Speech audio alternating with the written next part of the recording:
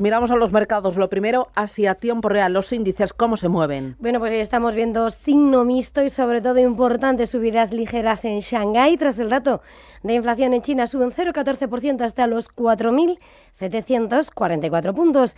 El Hansen de Hong Kong también con avances moderados del 0,18% y claro contraste con el subidón de Japón y Seúl, grandes aliados de Washington y que aspiran a ese presupuesto militar, a su tajada. El Nikkei sube un 1,67% hasta los 51.970 puntos. El Kospi surcoreano avanza un 0,43%, se relaja frente a las subidas que hemos visto hace un momento. Australia, el índice ASX 200 cede timidísimamente y el Nifty 50 en India que pierde un 0,45%. Muy bien. En Estados Unidos los futuros vienen con muy poquitos movimientos. Planos, pero con caídas del 0,03 para el Nasdaq 100, para el S&P 500 y para el Dow Jones. Muy bien. Miramos ahora al VIX de volatilidad, que lo tenemos en tiempo real en 16,53 puntos. Sube de forma muy ligera. Los futuros en Europa en verde. El DAX arriba un 0,14% y el Eurostock 50 con algo más de fuerza. Rebota un 0,41%.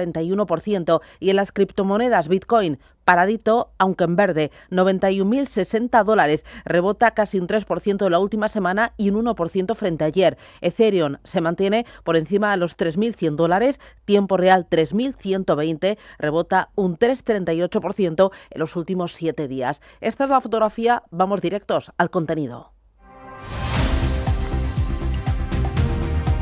Bueno, y he oído los datos. La inflación en China acelera en diciembre, pero no alcanza el objetivo anual y se extiende la deflación a las fábricas. Pues sí, la doble lectura que reciben esta mañana los operadores. La inflación al consumidor de China en el punto de mira se ha acelerado en diciembre, es el ritmo más rápido en casi 3 años y es del 0,8% a medida que el gasto repuntaba antes de las vacaciones de Año Nuevo, mientras que la deflación sigue arraigada en el terreno de las fábricas, lo que indica que la demanda subyacente se mantiene débil.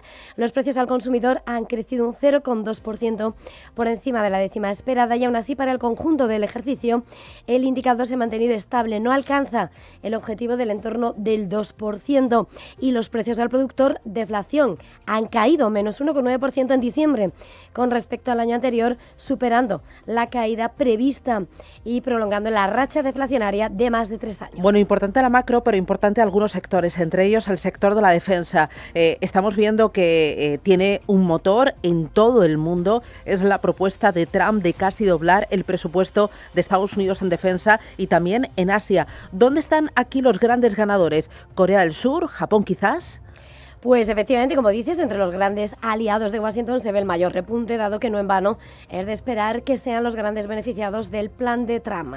En Seúl esta mañana brillan los títulos de Hanwha Aerospace. Se han llegado a disparar un 11% hasta liderar el repunte de las acciones de defensa asiáticas, un impulso que llega además por la información del Wall Street Journal. El diario americano informa que el constructor naval está en conversaciones para expandir su capacidad en Estados Unidos. También los títulos de Pongsan suben más del 6% y Korea Aerospace, que sube el 5% en Japón. Kawasaki Heavy Industries, que ha subido más del 2 puntos porcentuales, o IGI, que sube el 2,14%. También eSpace avanza el 0,58%. Bueno, importante los estrenos bursátiles en Hong Kong. En el foco del sector tecnológico. Hay un nombre propio que es Minimax, respaldada por Alibaba. ¿Se ha disparado al pisar el parqué? Pues ni más ni menos que un 60%, no es que sea doble dígito, sino que vemos ese porcentaje disparado, nuevo estreno, en una semana donde brillan los debuts chinos de inteligencia artificial y los chips en ese debut en Hong Kong.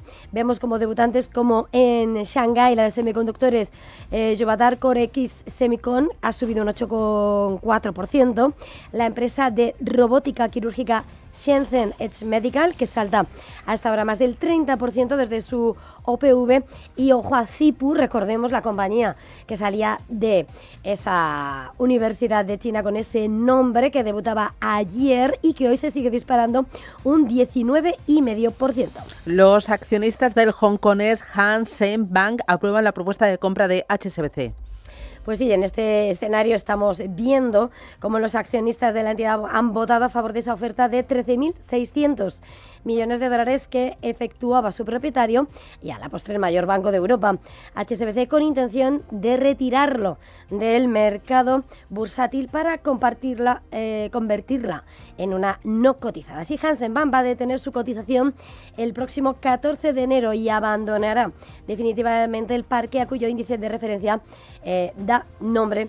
El día 27 pondrá fin a 54 años de cotización. Hoy vemos sus títulos avanzar un 0,26%. Vamos ahora con la matriz de Uniqlo, se llama Fast Retailing y sus acciones se disparan en la bolsa de Tokio.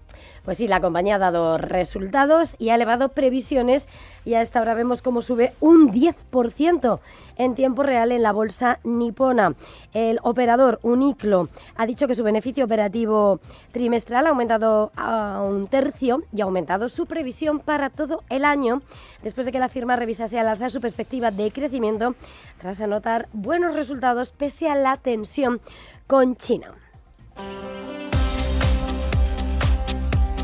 En Estados Unidos hoy viene el día cargadito con cifras importantes, relevantes y muchas más cosas. Hoy va a ser un día de fuegos artificiales. Tendremos variación de nóminas no agrícolas, tasa de desempleo de diciembre, el dato preliminar de enero de confianza del consumidor de la Universidad de Michigan. Y ayer el sector defensa volvió a ser el claro ganador de la jornada después de ese aumento presupuestario anunciado por Donald Trump. El presidente estadounidense ha anunciado que elevará el presupuesto en defensa hasta los 1,5 billones de dólares en 2027, 600.000 millones y un 50% más que el presupuesto actual. Este anuncio ha impulsado a las principales compañías armamentísticas del país, como Lockheed Martin, que ha subido más de un 4%, y Northrop Grumman, cuyas acciones han logrado un alza de más del 2%. Aún así, este aumento en el presupuesto tendría que ser aprobado por el Congreso de Estados Unidos. Quien debate hoy los aranceles es el Senado, que tendrá día de opiniones sobre los gravámenes anunciados por Trump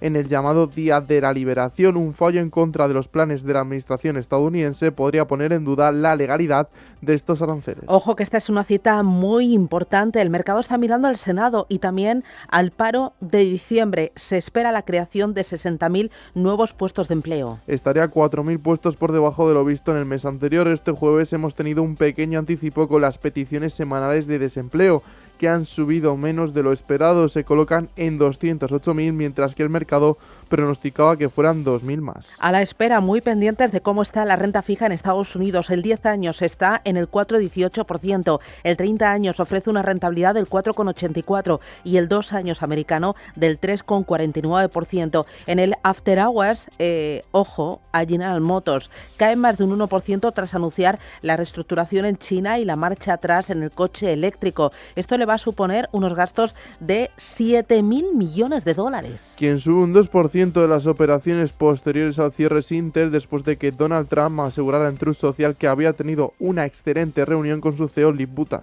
Ayer, con todo esto, signo mixto, el Dow Jones subió medio punto, el S&P 500 prácticamente plano y el Nasdaq recortó un 0,44%. Nvidia lidera las caídas dentro del sector tecnológico, baja un 2,2% después de conocerse que exigirá el pago completo por adelantado del H200 en China, en un contexto en el que no se sabe si al final podrá exportar este chip al gigante asiático. Esto ha podido generar un efecto rebote en otras compañías de semiconductores como Broadcom, Micron o Intel, que han bajado más de un 3%. También ha arrastrado a las compañías que producen unidades de memoria para dispositivos de inteligencia artificial como SanDisk o Western Digital, que han caído más de un 5%, aunque el claro protagonista tecnológico es Anthropic. La compañía de inteligencia artificial está negociando una nueva ronda de financiación que valoraría a la empresa en 350.000 millones de dólares. Con esta ronda podría conseguir 10.000 millones de dólares. Según Bloomberg News, Microsoft y Nvidia, que ya han participado en rondas anteriores, participarían en esta. Ricardo Tomás, asesor de multigestión Basalto USA. La compañía planea recaudar 10.000 millones de dólares en una operación en la cual doblaría la valoración de la compañía en cuestión de 4 meses, ¿no? Es un poco la fiebre por la inteligencia artificial en la que nos encontramos. No es una locura que una de las empresas punteras de este mundo, como es Anthropic, pues pueda conseguir esas valoraciones, ¿no? Sin duda el apetito por la inteligencia artificial parece que no ha acabado, la burbuja tampoco ha explotado. Por último, Paramount, que insiste este jueves en su oferta de compra a Warner Bros. De $30 y insiste que su acción es superior a la de Netflix. 7:26, miramos a Europa. Ángeles Lozano, ¿qué tal? Muy buenos días. Muy buenos días, Susana. Bueno, vértigo no siento, aunque un poquito de respeto, porque he echado cuentas y he visto que el IBEX 35 ha marcado este año su cuarto máximo. Ayer rebotó. Hoy partirá desde los 17.654 puntos. Ayer Puig lo petó, permíteme la expresión, ¿no? Pues completamente. Más de un 6%. Efectivamente, su mejor sesión desde octubre del pasado ejercicio. La recomendación emitida por BNP disparaba su cotización. En cuanto a las ventas, sí que vimos, por ejemplo, descensos en Solaria del 3,70, Acciona Energía perdió 3 puntos porcentuales y también descensos en Colonial. La Socimi se dejó un 2,3%, Kepler Cheuvreux retiró su recomendación de compra sobre la compañía. Y quienes aportaron bastantes puntos al índice fueron otra vez los bancos. Bankinter subía un 1,9, CaixaBank y Sabadell más de un 1,15, Unicaja un 1%, lo mismo que BBVA y Santander un 0,8%. Indra hizo un alto en el camino tras las fuertes subidas de los primeros días del año, pero su cotización llegó a tocar los 60 euros por acción, aunque después giró a la baja y corrigió un 0,8%. En el resto de Europa, cambios reducidos. El DAX alemán se resiste en zona de máximos por encima de 25.000 puntos, sumó un ligerísimo 0,02%. París se anotaba un 0,12 y Milán un 0,25.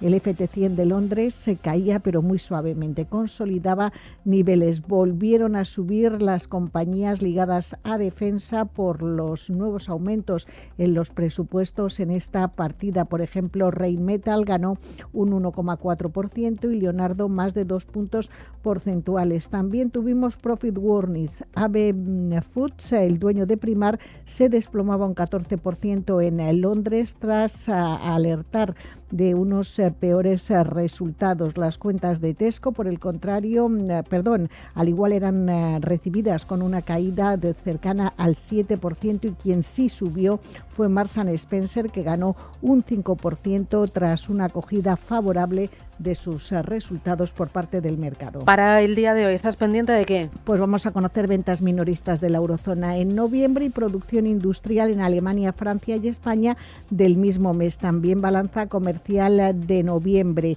Y muy atentos a las petroleras Repsol, BP, Total y Statoil, son algunas de las europeas que acuden a la reunión que la Casa Blanca ha convocado con las grandes compañías para hablar de su futuro en Venezuela. Escuchamos a Gonzalo Lardíez, gestor senior de renta variable europea de Ambank. Para la compañía sí que es cierto que Venezuela es más trascendental que para otras grandes petroleras, prácticamente el 15% de sus reservas están en el país, pero bueno, es algo que no han podido gestionar de forma muy efectiva precisamente por los problemas que comentábamos anteriormente. Sanciones, prohibiciones para exportar petróleo, entonces la posibilidad que se abre para Repsol, y en eso están las negociaciones, es que pues el gobierno americano le vea como un aliado dentro del país, alguien que conoce el país y sus características, y que pues a partir de allí pues se puedan dar licencias para que pueda incrementar producción de cara a futuro. Y Telefónica Noticia dejará de cotizar en Wall Street en 10 días después de haber estado cerca de 40 años presente en el parque neoyorquino. Bueno, importante también el dividendo. Ahora sabemos que es un bien muy preciado por parte del accionista español. Pues bien, Iberdrola eleva un 10% el dividendo a cuenta del año 2025. Junto con el pago complementario, el rendimiento del dividendo a cargo de 2025 sería del 3,7%.